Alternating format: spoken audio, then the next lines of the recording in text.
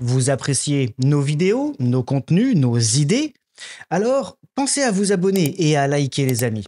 C'est gratuit, ça coûte rien et ça vous prend une seconde, montre en main. Et si vous voulez soutenir activement la chaîne et nous aider à pouvoir vivre de notre travail, vous pouvez cliquer sur le bouton rejoindre et devenir membre premium à partir de 1,99 € par mois. Vous aurez accès à des vidéos exclusives, des sorties en avant-première et bien sûr, toute notre reconnaissance. De toute façon, tous les liens sont dans la description juste en dessous. Quoi qu'il arrive, merci de votre soutien les amis, du fond du cœur. Et maintenant, place à la vidéo.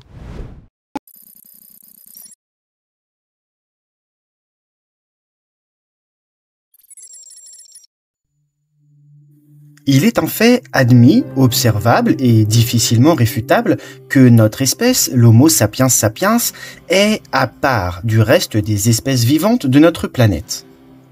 S'il peut paraître arrogant, voire égocentrique de tenir ces propos, les faits sont pourtant bien présents et notre intelligence, notre créativité, notre spiritualité ou notre développement technologique ne font qu'attester de ce fossé qui sépare l'homme des animaux. Il paraît donc légitime de se demander pourquoi.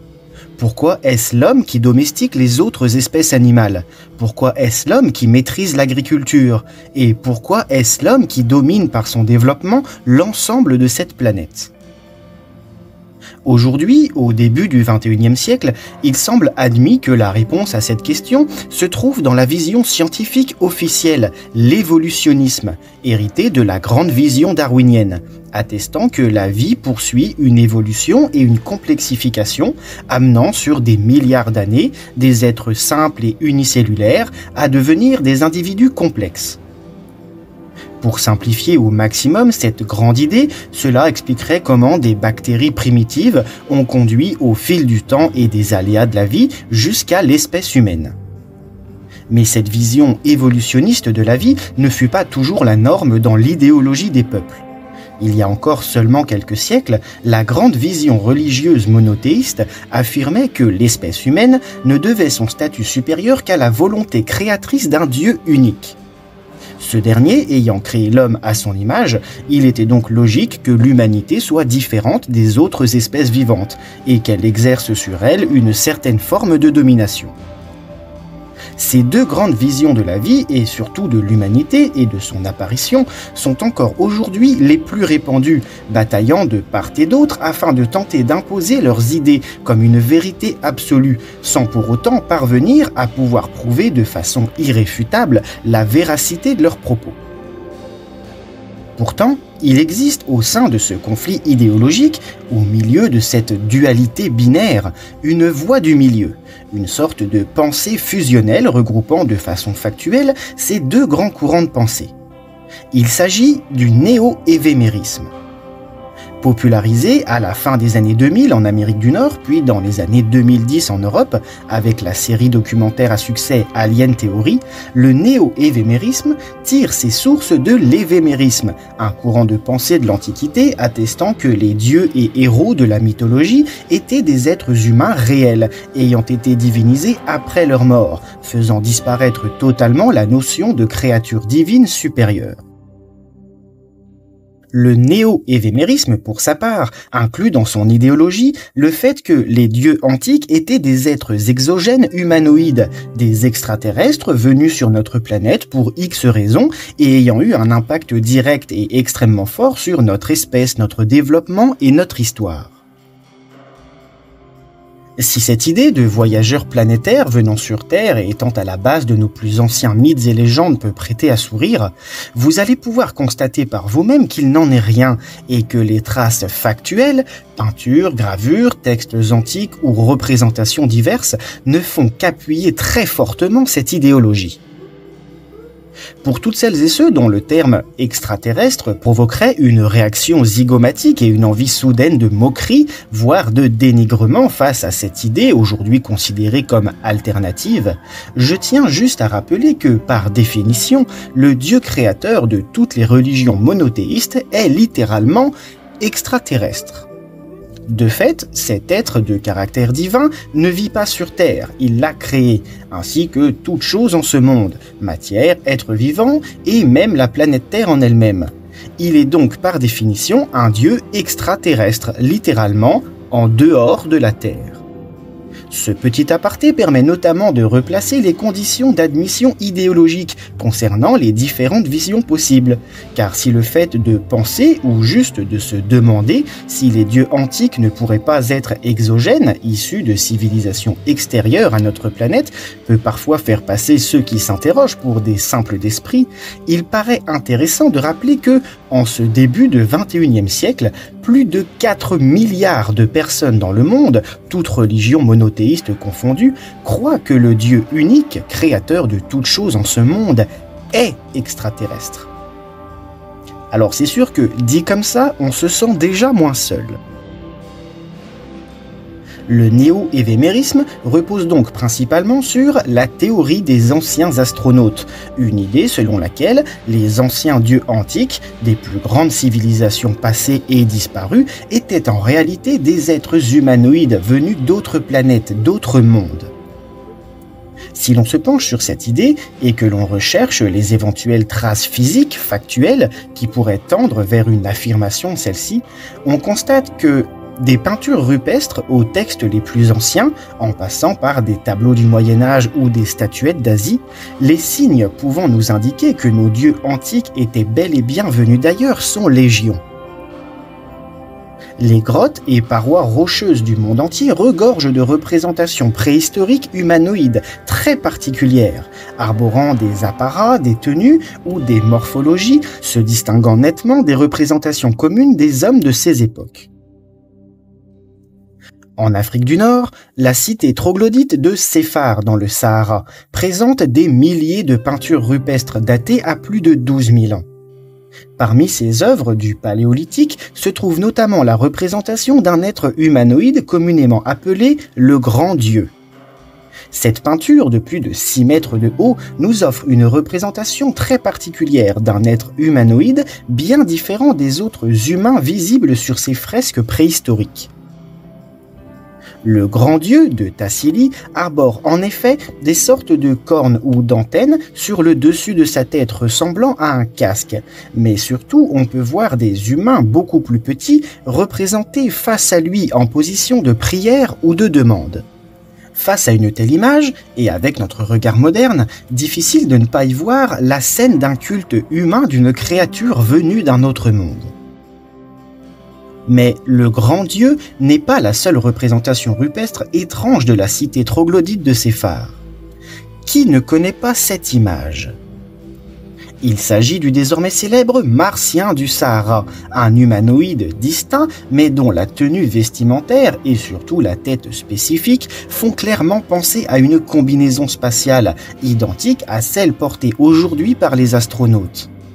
S'agirait-il de la représentation d'un être venu de l'espace il y a des milliers d'années ? À l'autre bout du monde, en Australie, se trouvent les Wanjinas, des représentations de créatures anthropomorphes avec de larges têtes rondes, une pigmentation très blanche et d'immenses yeux noirs. Ces fresques sont datées sans certitude à plus de 3000 ans, mais qui, aujourd'hui, n'y verrait pas une représentation de ce que nous connaissons aujourd'hui sous l'appellation des petits gris, ces extraterrestres popularisés par la culture nord-américaine, et notamment par l'événement de Roswell et les abductions. En Amérique latine, dans le sud du Pérou, les géoglyphes de Nazca nous offrent des représentations de plusieurs centaines de mètres de long, dessinées sur le sol ou sur les flancs de montagne. Parmi les oiseaux, araignées ou singes, propres à la faune locale de ce continent, se trouve ce géoglyphe. Communément appelé l'astronaute de Nazca, on peut y voir un être humanoïde équipé d'une combinaison intégrale, de larges bottes, d'une tête ronde et de larges yeux sphériques, saluant de la main en direction du ciel. L'astronaute de Nazca semble donc représenter autre chose, un être non humain. Toujours en Amérique du Sud, l'astronaute de Palenque, découvert dans la sépulture maya du roi Pacal et remontant à environ 600 ans, nous offre une gravure montrant un individu positionné sur ce qui s'apparente à une machine ou un véhicule très particulier. On distingue un pilote humain bien assis sur un fauteuil dont les mains semblent manipuler des leviers ou des engins de contrôle. Fixant l'horizon droit devant lui, une gerbe de flammes semble s'échapper de l'arrière du véhicule. Un œil moderne pourrait donc parfaitement y reconnaître un homme aux commandes d'une navette spatiale. Si la représentation du pilote correspond tout à fait à celle d'un être humain, tel que graphiquement réalisé pour cette époque, c'est bel et bien le véhicule, l'engin sur lequel il repose qui laisse songeur. À noter que si cette gravure nous est généralement présentée dans son sens horizontal, afin d'en faciliter la compréhension, elle se trouvait à l'origine, lors de sa découverte, dans le sens vertical, plaçant donc l'appareil et son pilote en position de décollage, fixant le ciel et semblant quitter la Terre dans un déluge de flammes.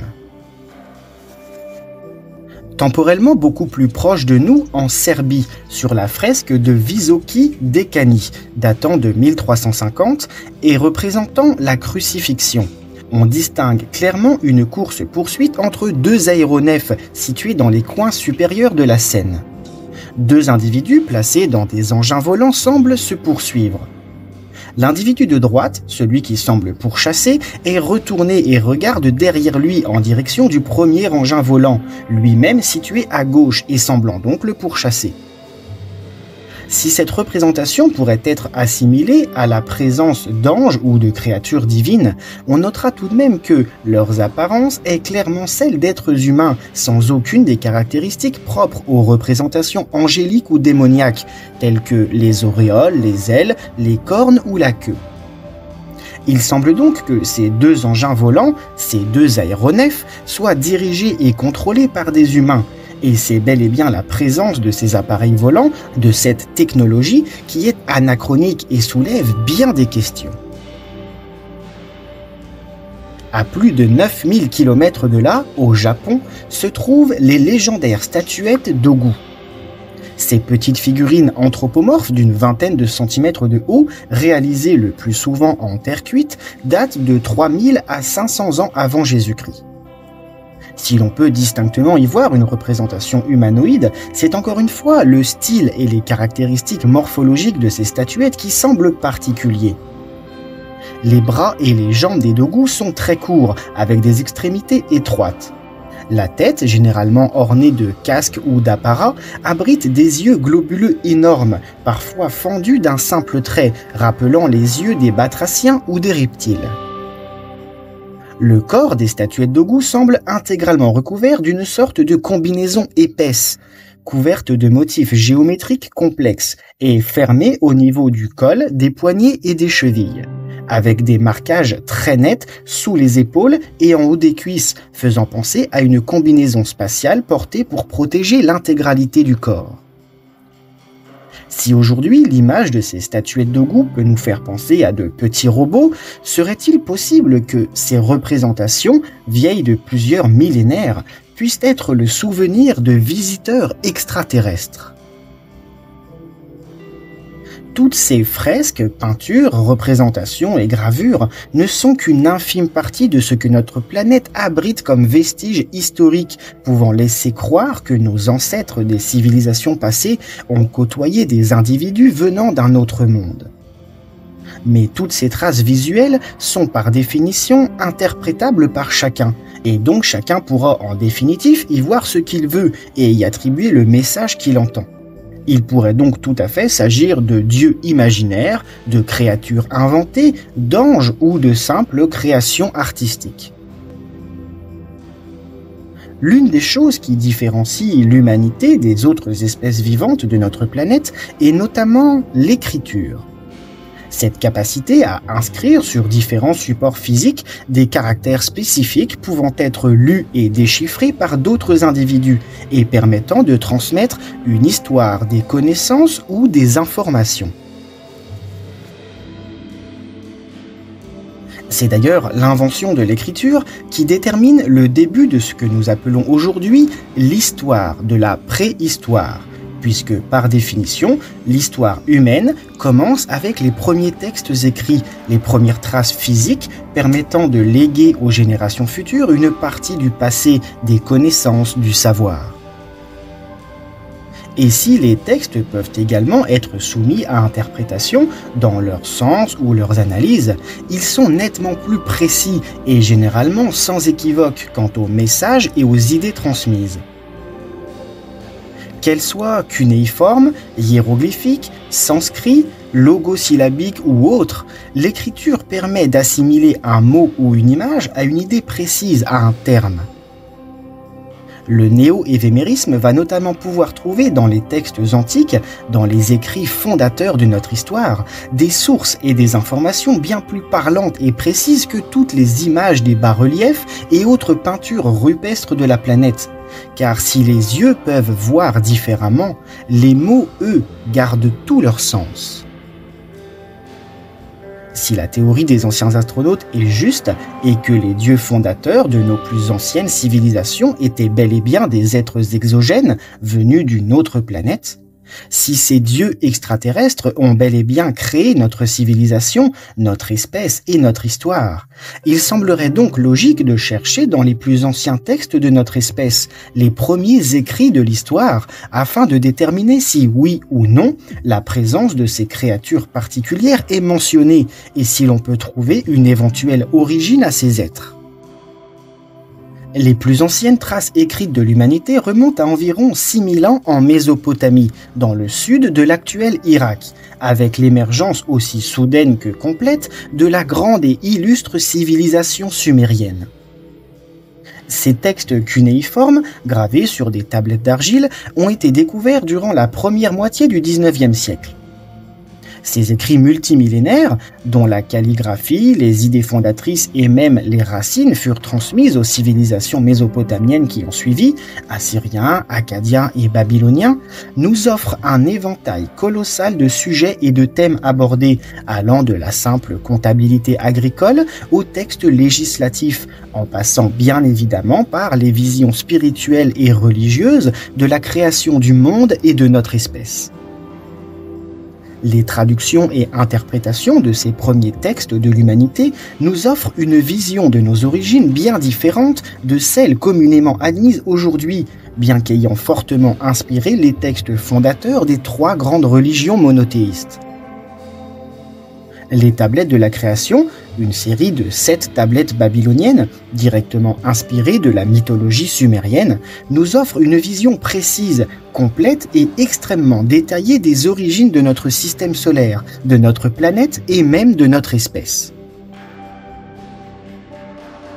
D'après ces écrits antiques, l'espèce humaine aurait été créée artificiellement par une race extraterrestre, les Anunnaki, originaires de la planète Nibiru. Ces êtres exogènes, technologiquement très avancés, auraient volontairement croisé leur ADN avec celui des hominidés primitifs de la Terre, il y a environ 150 000 ans, sous la direction d'Enki. Et après 7 tentatives, ils auraient donné naissance à notre espèce, l'Homo sapiens sapiens. Considérés par la suite comme des dieux et maîtres par les premières civilisations humaines, les Anunnaki auraient rendu à l'humanité sa liberté suite à de multiples péripéties, dont un déluge planétaire il y a seulement 12 000 ans, la laissant ainsi devenir une civilisation propre à la Terre, bien qu'étant biologiquement différente des autres espèces endémiques de cette planète. Le terme Anunnaki signifie littéralement en sumérien « ceux qui du ciel sont descendus vers la terre ». On y retrouve donc la notion fondamentale d'individus extérieurs à notre planète, mais venus depuis les cieux sur le sol terrestre. Cette notion de Dieu venant du ciel, des cieux, d'un endroit élevé, supérieur, pour ne pas dire littéralement de l'espace, se retrouve d'ailleurs systématiquement dans toutes les notions divines, quelles que soient les cultures ou les civilisations. Si les Anunnaki de Sumer, première civilisation de l'histoire de l'humanité, sont par définition venus des cieux, on remarquera que pour les 3 religions monothéistes, le Dieu unique est également et systématiquement associé au ciel et aux cieux.